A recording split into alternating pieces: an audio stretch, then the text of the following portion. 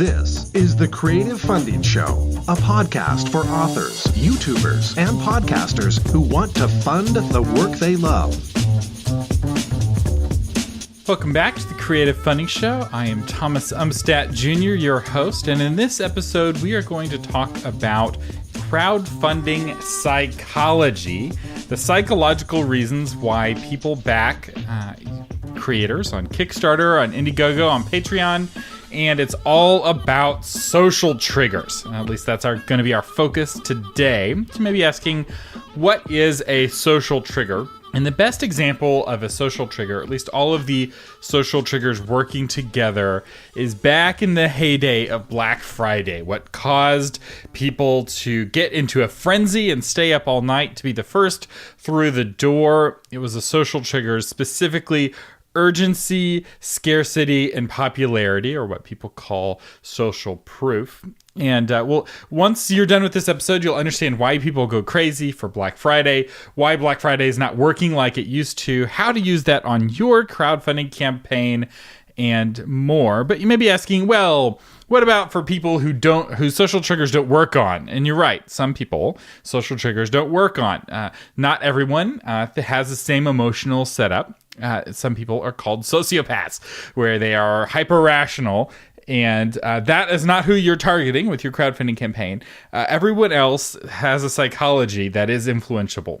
And it's important as you learn marketing psychology and crowdfunding psychology to use this knowledge for good and not for bad. So the principle here, though, is to dance with the way that people are. You can wish that people were hyper-rational robots all the time and didn't have a influenceable psychology, but the reality is that people do. And so if you want to motivate people to donate to your crowdfunding campaign or back you on Patreon, you need to understand what motivates people and how you can motivate people too. So with that introduction out of the way, let's talk about the first social trigger, which is urgency. So you may be asking, why is urgency important? And it's even more important now than it's ever been, because the modern education system trains us to wait until the last minute to act. It's easier for the test if you study the night before than if you studied a week before. And because of this, people tend to wait until the last minute. We have moved away from our farming roots, where you got to plow the field before you plant the field. You got to plant the field before you harvest the field, and thinking in terms of seasons rather than thinking in terms of binging the last night or cramming the last night. The reality is that most Americans, and I would say most educated people around the world, wait until the last minute. We are chronic procrastinators, and as a strategy, it's not a bad strategy. It's perhaps not the best strategy, but it's how we all act. So again, dance with the way people are, not how you wish them to be. So if everyone is a chronic procrastinator, if all of your backers are chronic procrastinators, there's an important principle here, and that is that people won't act without a deadline. This is why the countdown on Kickstarter and Indiegogo is so powerful. They have urgency built into the system, and you want to take advantage of that. You want to make a big deal about the fact that there's a deadline. This is also why Kickstarter's all or nothing approach is better than the option that you have with Indiegogo to not have all or nothing, where you just make however much you make, because there's a greater sense of urgency of like, oh my gosh, time's running out, and if we don't hit the deadline, nothing will happen. With Kickstarter, it's a very powerful social trigger. So for a majority of people, there has to be blood in the water for them to go crazy, especially for Black Friday, right? There's this urgency. You got to move. The sale is only available today. And you may be like, well, isn't Apple the exception to this rule? And the answer is no. Actually, even Apple uses urgency. But urgency doesn't have to mean lower price. There's other ways of creating a sense of urgency. Like what we said with Kickstarter, it's, this is your last chance to do it. With Apple, there's a sense of urgency. If you want to actually get the iPhone and be the first to have the iPhone, you have to be in line for a long period of time. There's other ways of creating urgency, though. One is called the reverse coupon. And I've actually used this on my other podcast, Novel Marketing. We launched our course. We created a course, the 5-year plan to becoming a best-selling author. It's a course that walks you through your whole career. And we priced it way too low. And so what we've been doing is raising the price from time to time. But before we raise the price, we make a lot of noise about it. And so this is called a reverse coupon, which is buy the course now before the price goes up later. So the threat that they'll miss out on this current low price, that the price will go up, is a very powerful threat. It's a very powerful motivation. Another way to create urgency is like what Michael Hyatt did when he launched the book platform, where if you bought the book in the first 2 or 3 weeks, you got a special bundle of prizes, and that created a sense of urgency. Another way to have urgency is to have a limited quantity. People go crazy when there's a certain number of something made and no more ever will be made. People want to be the one to get the thing, whatever the limited quantity is, which is really difficult for creators. They want to have unlimited quantity. Another way to create a sense of urgency is to have it be free for a period of time. For a Patreon campaign, urgency has to be manufactured. There's no urgency in Patreon as a platform. It's not like Kickstarter where there's this clock that's counting down and every second you're on a page is one fewer second you have to back the campaign. But that doesn't mean that you can't put urgency into your Patreon campaign somehow. The best way to do it is to have a reward of some kind that's limited in that it has a deadline. So you kind of manufacture some deadlines, and you can do this in an authentic way where everyone who becomes a patron before the end of the month will have their name put in the next video, or they'll have their name put in the book, or they'll have their name put in the album, something like that. You have to be a little bit more creative, though. You have to think about what are you creating and how can you create a sense of urgency. With Novel Marketing, we give discounts. We'll launch a course, and everyone who's a patron gets, the course is for a limited period of time, so there's urgency there, and everyone who's a patron gets a discount to the course. That creates a sense of urgency. That's our most recent technique that's brought in our most recent kind of batch of patrons was from that, creating that sense of urgency. Now, for some of these things, like with the bundle of bonuses, Michael Hyatt, I believe, used, and I know many other authors use, what I call the ye old invisible sniper trick, which is email me your receipt in the first 2 weeks and I will send you the bonuses automatically. And for most authors, they don't actually check the receipt. They set up an automatic reply somehow. Because there's the juice isn't worth the squeeze, as Dustin Hammett would say, in checking people's receipts and making sure they're not cheating. It's cheaper to just give them the free bundle of goodies. It's the old invisible sniper is the trick where you're talking to somebody, it's like a spy movie or something, and you're like, look up at that window up there. Behind that window is a sniper with their scope pointed right at you, and if you do anything to me, that sniper's gonna shoot you. And the fact that they can't see the sniper, they don't know if the sniper's there or not, and it gives you power whether the sniper is real. And whether or not you check the receipt, the fact that you could check the receipt is enough to keep people honest. So that's urgency. Feel free to post some ways that you've created urgency in your Patreon campaigns in the comments. I'd love to hear how you do this. Again, with Patreon, it takes a little bit more creativity. With Kickstarter, it is built in. Now let's talk about the next social trigger, scarcity. Scarcity is what creates value. So value is determined based off of supply and demand, and scarcity is where you control the supply. Now, scarcity is a challenge in the world of digital products and the world of the internet. When what you are creating as a YouTube video, it's hard for that to be scarce, right? 1 million people could watch that. 1 billion people could watch that. There's no real controlling for scarcity. But there are ways of creating scarcity still in this new digital world. So let's talk about some of the ways to create scarcity when you create digital products. So one way to create scarcity is to create a limited physical edition. Brandon Sanderson has done this, where he'll create a special hardback special edition of one of his books, and only 500 or 1,000 of these will be made. And he prices them very high. This is kind of classic scarcity collector's item. If you're going to have merch, you can make your merchandise scarce by saying, this is the special version. We're only printing 1,000 of these shirts. Once they're gone, they're gone.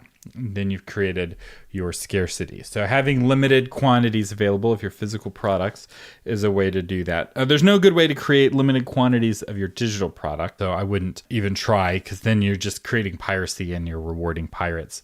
Right? You're like, oh, I'm only going to sell 1,000 copies of this ebook. Well, once somebody gets a copy of your ebook, they can make further copies of your ebook.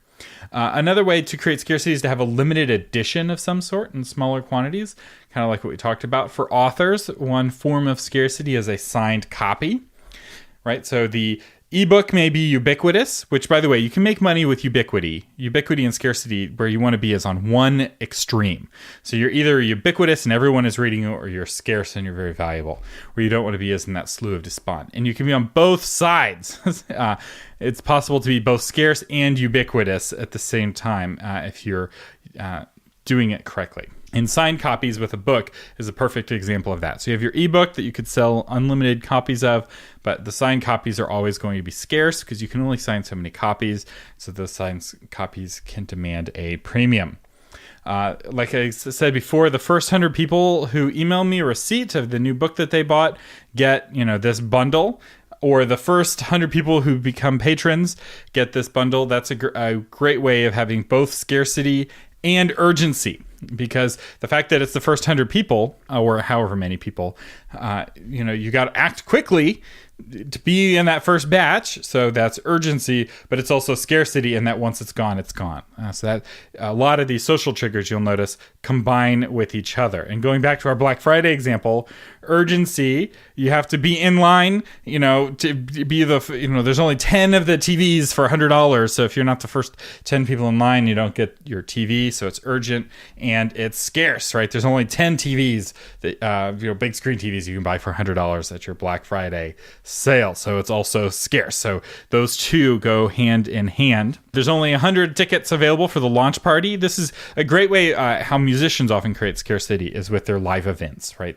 There's only a certain number of tickets. I'm only doing a certain number of live events. So there's some scarcity there. And typically musicians prefer to keep their tickets scarce. This is why scalping is such a big business, right? Taylor Swift does a concert and the tickets only cost $50 or $100, whereas the scalpers are selling those same tickets for $500. So the market value, the demand for those tickets is far more than what Taylor Swift is charging for the tickets. So the economist in me is like, why wouldn't Taylor Swift just raise the price that she's selling her tickets for to meet the market demand for those tickets and cut the scalpers out? Why is she allowing these ticket scalpers to make millions of dollars off of her tickets, or whoever? All musicians do this. And the reality is that they would prefer to underprice their tickets so that every single show is sold out, because they want it to be scarce. They want to create this sense of scarcity. And also the third social trigger, which we'll get to here in a bit, popularity. They want every show to be popular. No musician wants to perform to a half-empty room, or even a 90% empty room. There's a certain magic to performing to a standing room only crowd. It really gets people hyped up. They want that high hype level, and that's why they price their tickets so low. Another way to do this, I see authors do this, is if everyone buys in the first week, we can hit the bestseller list. If everyone watches my YouTube video in the first hour, we can make a trending list on YouTube of, what's hot or something like that. So that's a way of creating scarcity and urgency as well. Bonus content only for the first certain number of buyers. Another way to create scarcity on Patreon that's really easy is to just limit the level. So on Novel Marketing, on our Patreon page, our most expensive patronage level is also limited, right? We feature you on the show. We mention your book and read your blurb. We don't want to do that, have the whole show be nothing but blurbs, so we limit that level. We make it scarce. And that's another really easy way to create scarcity, where this is special and urgent and limited. And that's a way of actually making a digital reward scarce. Limited edition book cover. Jim Rubart did this with his book, where there was a special book cover. So the book itself wasn't scarce, but the book cover design was. There was a special collector's edition of the book cover. Another way to create scarcity is a webinar that you have to attend live. I used to do this where the webinar recordings I would sell, but if you could come to them live, and it created a scarcity because it was a perishable event. I really like the magic of something that can only be consumed live. Like when I'm speaking from stage, there's this special magic there. And people often later are asking like, oh, can you give me a recording of the talk? Can I get a copy of your slides? And I'm like, no, I want you to have to come live and experience it live. I want to save something special for the live performance. And part of that is for scarcity, and part of that is just for fun. And part of it is that my slides are typically just giant photos, and there's not a lot that's useful about the slides by themselves. If you've ever seen me present live, you know that I don't have the typical bullet point slides that double as an outline of the talk. So webinars you have to attend live. And then another way of having scarcity is Amazon selling out. This is hard to do and not necessarily good to do because people want to be able to get their book right away. So having your book sell on Amazon, while it is fun, I don't think this is the right approach because Amazon's not going to sell out permanently. It's not the right kind of scarcity. It's the wrong kind of scarcity where you're just inconveniencing your buyer. So do let us know in the comments other ways that you create scarcity with your crowdfunding campaign. With Kickstarter and Indiegogo, another way to create scarcity is to limit the reward levels. That's another way to do it. Very easily create scarcity. An early bird level that is limited is both scarce and urgent. So it's very powerful in that way. So there is some psychological rationale for creating early bird levels, but they can be a drag on you later as people are using anchoring, which is a social trigger I'm not talking about here, which is the fourth one, which is where people compare prices to other prices. And if they're comparing what they're paying to the early bird price, whatever they're paying is going to feel expensive.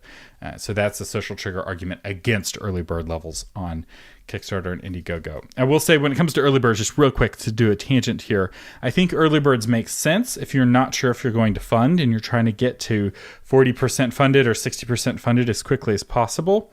Every campaign or 99% of campaigns that get to 60% funded go on to fund 100%. So it could make sense to use early bird levels to try to push you to that 60% level. If you're the kind of campaign that's likely going to sell out in the first 2 hours, where you've been doing lots of prep and you have a big audience ahead of time, and the Kickstarter campaign's you're not using it to test your idea, you're using it to measure the amount of popularity that your idea has, then early bird levels can backfire, right? If the early bird level sells out in 30 minutes, it's just annoying to your backers. So you'll see in certain audiences like board games, for instance, there's a real hostility to early bird levels because the campaigns that often have early bird levels, those early bird levels sell out right away, and everyone else is just irritated and they feel like a schmuck because they weren't hovering by the button and got in the first 30 minutes, so they weren't able to back it. But again, it's going back to Black Friday, creating that frenzy. All right, so let's talk about the third social trigger, social proof, or what I like to call popularity. People like to do what other people are doing. When you're at an amusement park and you're walking around and there's a ride with no line and a ride that's packed with people, which do you think is the better line? The ride that has the people in it. If you're walking down the street and there's two restaurants, one that's packed full of people and one that's empty, which do you think is the better restaurant? The one that's empty. In fact, I was with my grandmother the other day and we were wanting to go to a new restaurant, and she got nervous because there was no one else in the restaurant. She's like, this must not be a good restaurant. No one else is here. Now, some people, this is a more powerful motivator than others. Some people really want to go along with the crowd, and some people really don't. They don't like going along with the crowd, but everyone is influenced by this a little bit. No one wants to be a hermit by themselves. And now, who it's popular with is important. Social proof, right? The fact that it's popular with people you don't like may not, or that you don't identify with, may not influence you, but everyone is influenced by social proof. The most common way we see this with authors is New York Times best-selling author, right? Lots of other people like this book. You're more likely to like the book. If it's a New York Times best-selling book, you're more likely to buy it because that is a symbol. It's a status symbol of social proof. It's a way of showing popularity. When I'm shopping for a product on Amazon, I care far much more about the number of reviews than I do about the stars of the reviews. If a product has five-star reviews and another product has 100 reviews, but there is a 4-star rating, I'm going to buy that product with 100 stars because I trust those reviews more. It's not hard to get 5 friends to leave you 5 stars, so I don't know if that's valid or not. I want to see that you're popular with more than just your own friends. You don't have to be a New York Times bestselling author, though, to show popularity. There's some other ways of doing this. One way is to show any kind of bestseller status you have. One way is to feature endorsements from popular people. So just like some people, their liking you won't matter, other people liking you will matter disproportionately high. So if you've been endorsed by someone famous or someone with credibility in your area, I would feature that. Patreon and Kickstarter and Indiegogo all have popularity built into the platform. They all show you how many backers you have. So while you can hide on Patreon how much money you're making, you cannot hide how many backers you have. And the reason that Patreon doesn't allow you to hide this is very clever. Because the more patrons you have, the more credibility you have, and the easier it is for new people to back you. To him who has patrons, more patrons will be given. But to him who does not have patrons, even the patrons he thinks he has are really just his mom. So you want to show off your progress in popularity as much as possible. YouTube has this built in as well, right? You can see at the bottom of every YouTube video how many times that video has been viewed. And people prefer to watch videos with high views as opposed to videos with low views. So one of the interesting things about podcasts actually is that the view counts are hidden. The only person who knows how popular this podcast is me. I have access to the stats, but those stats are not public. I could tell you what the numbers are, but I could also lie. Like there's no public way for me to show you. I guess I could take a screenshot from my Blueberry stats engine and share that, but it's not transparent like it is on Facebook or on YouTube with the number of views. Another way you can show popularity is to talk about how many different countries have consumed your content. This often, if you're not super popular, but you're broadly popular, this could be a really great way of doing it. I remember when my book first came out, my sales weren't what I wanted them to be. And when people would ask, I would mention the most recent country that was not the United States, or somebody had ordered a copy of the book, and it made me feel a little bit better. It made the book sound a little bit more popular. Because it was, the blog post that the book was based on was read in every country but one. North Korea, no one read it. But all the other countries, somebody read it. And but it was also read by 1 million people. So I had both kinds of popularity to show off. And then the final kind of popularity is awards. So if you've won any prestigious awards for your book or for your music or for your YouTube, featuring that nomination of that award will help demonstrate popularity. So in conclusion, I want to talk a little bit about Black Friday. Back when people went crazy for Black Friday, the deals were really, really good, and they were very limited, which created a sense of urgency. It created a sense of scarcity, and since everyone was doing it, everyone wanted to do it, which created a sense of popularity. And it's where you'd have people like fighting and getting hurt and injured and going to the hospital because they were so frantic to get into the store. It almost worked too well. With Black Friday moving online, it's not as scarce and urgent. It is still. You'll notice Amazon has the lightning deal. It's only available for 2 hours, and there's only 500 units available. That's very clever. They do that on purpose. They have big data to tell them exactly what that number should be so that it sells out in about the right amount of time. They don't want it to sell out in 30 seconds, but they also don't want inventory left over at the end of the lightning deal. So that's how they create urgency and scarcity. And then Amazon also goes out of its way to talk about in the press how popular Black Friday is and how this is the biggest Black Friday ever, which if inflation continues at 2% every year, every Black Friday will be the biggest Black Friday ever because the press never adjusts for inflation. So that's a real kind of cheat that they do. But by doing that, they pull people away from the stores. The other thing that's happened with retail stores is that the deals aren't as good. Often the TV that you get for Black Friday isn't actually on sale. It's a special TV that they ordered just for Black Friday. That's a different model. And the list price that's quote unquote marked down is actually what they're wanting to sell it at, which undermines the scarcity and undermines the urgency, which then undermines the popularity. And so people aren't as big on Black Friday as they used to be. So hopefully now you understand a little bit more about the psychology behind marketing. Yes, we all wish we were more rational, but again, dance with the way people are and not with the way you want them to be. That is the path to success. Anyway, I would like to hear what you think of this episode of the Creative Funding Show. Feel free to drop me a line. You can reach us at creativefunding.show. That's www.creativefunding.show. I'm Thomas Umstattd Jr. Thank you for listening.